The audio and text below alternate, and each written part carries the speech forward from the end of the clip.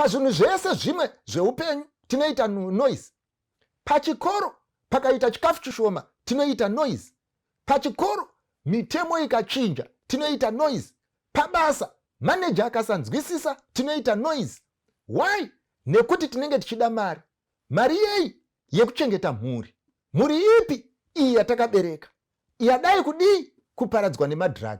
Saka zvinobatsirei kufidha huku iri kugara mudanga mune Murovambira, working hard to feed huku yacho. Iwe uchinyatsoziva pairi hauzodyi mazai. Iwe uchinyatsoziva pauri haizodyi nyama.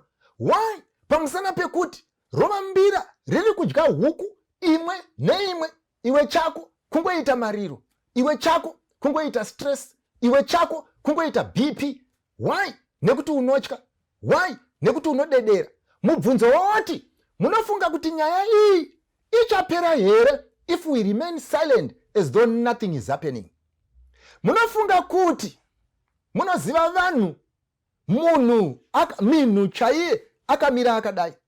Munhu anogona kuita ambuya vanorwara vari kuda mapiritsi eBP. Iye achienda kunotenga mapiritsi eBP opfuura nepabhawa pane vamwe vari kutenga doro nenyama vachigocha. Otora mari yemapiritsi eBP oti tozozviona mangwana, otenga nyama achigocha. Achinyatsoziva kuti ambuya vakangorohwa neBP vari kustroka vachienda vachifa.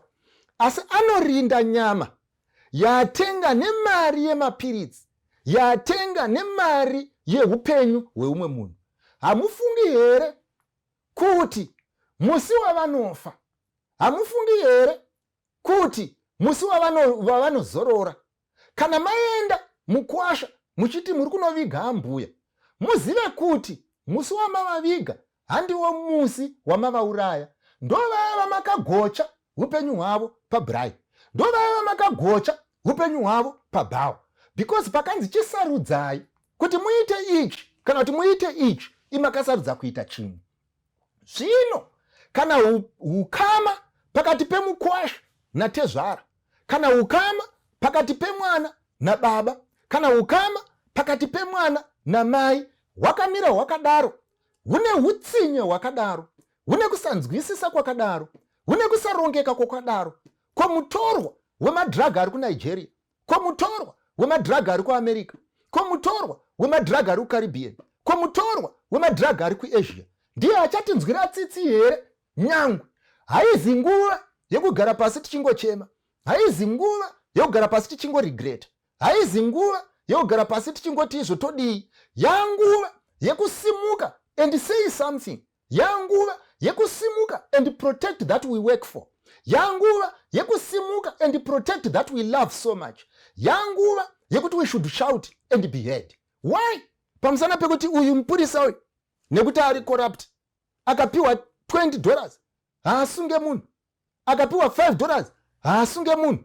Saka yasvika nguva yekubvunza mapurisa, hatinei nevari munyika, ngatisiyanei navo. Hatinei nevasinganamati, ngatisiyanei navo.